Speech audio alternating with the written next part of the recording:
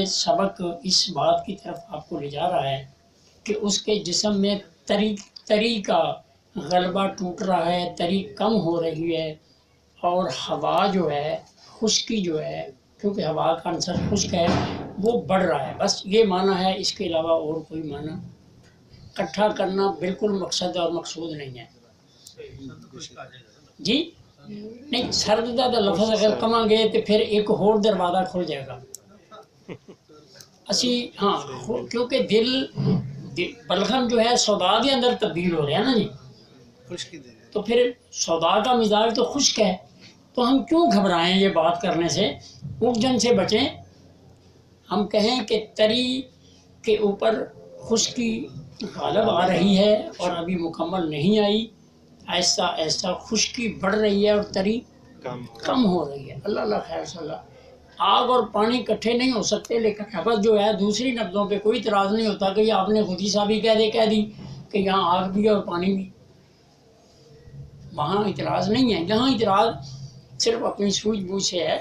آپ یہ سمجھیں کہ بلغم کم ہو رہا ہے اور سودا بڑھ رہا ہے، خشکی بڑھ رہی ہے اور بلغم تری جو ہے وہ کم ہو رہی ہے، یہ معنی مفہوم ہے۔ اکٹھا کرنا بالکل مقصد نہیں۔ اسی طرح جی مختصر سوال کریں تاکہ ہم سب کو کچھ کہنے کا موقع بھی ملے۔ السلام علیکم استاد محترم، میرا آپ سے یہ سوال تھا کہ جو خودی نمبر ہے جب دیکھنی ہے وہ دوبارہ دے کے دیکھنی ہے کہ یا اوپر ہی دیکھنی ہے؟ جب انگلیاں رکھتے ہیں تو وہ اوپر ہی دیکھنی ہے یا اس کو دوبارہ دے کے ہم نے اس کو لمبائی دیکھنی ہے؟ جی بیٹھ جائیں۔ میں نے تمام چیزوں سے آپ کو بچایا ہے۔ طب یونانی کی نبضیں اپنی جگہ، میں کسی کی تردید یا یہ نہیں کہتا کہ انکار ہے یا بہت تعریف ہے، یہ اپنی جگہ ہے۔ لیکن میں یہ کہتا ہوں کہ جو 4 انگلیوں پر نبض ہوگی وہ سوائے غدی عضلاتی کے اور کوئی ہو نہیں سکتی، چاہے اوپر ہو یا نیچے۔ وہ سوال ہی پیدا نہیں ہوتا کہ وہ گہرائی میں چلی جائے، سوال ہی پیدا نہیں ہوتا۔ کیوں؟ اس کے اندر حرارت بھی ہے اور اس کے اندر ہوا بھی ابھی باقی ہے، وہ گہرائی میں کیسے چلی جائے گی؟ وہ تو سبھی نبض ہے، اس میں تو دونوں چیزیں غائب ہو گئی ہیں۔ تو لہذا صرف اور صرف میں نے آپ کو پیمانہ کیا دیا ہے، 1 انگل، 2 انگل، 3 انگل، 4 انگل، باقی ساری چیزوں سے آپ کو سمیٹ کے میں یہاں لے آیا ہوں۔ میں ایک چھوٹی سی بات پھر عرض کروں۔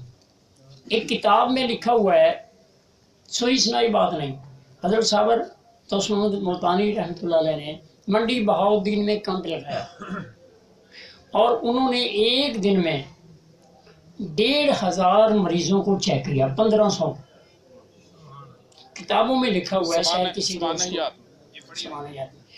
اب آپ مجھے بتائیں کہ ایک طبیب کتنی دیر تک اپنے مطلب پہ مریضوں کو چیک کر سکتا ہے؟ میرا اندازہ ہے اگر صحیح طبیب نوجوان ہے تو 10 گھنٹے مسلسل اگر وہ کرے تو اس سے زیادہ نہیں کر سکے گا۔ اب 10 گھنٹے حضرت صابر ملتانی رحمۃ اللہ نے اگر کیمپ کے اندر نبضیں چیک کی، 1 گھنٹے میں کتنی نبضیں اس سے آئیں؟ 150۔ 1 گھنٹے میں منٹ کتنے ہوتے ہیں؟ اب آپ لگائیں کہ ایک مریض کو کتنا ٹائم ملا؟ 20 سیکنڈ۔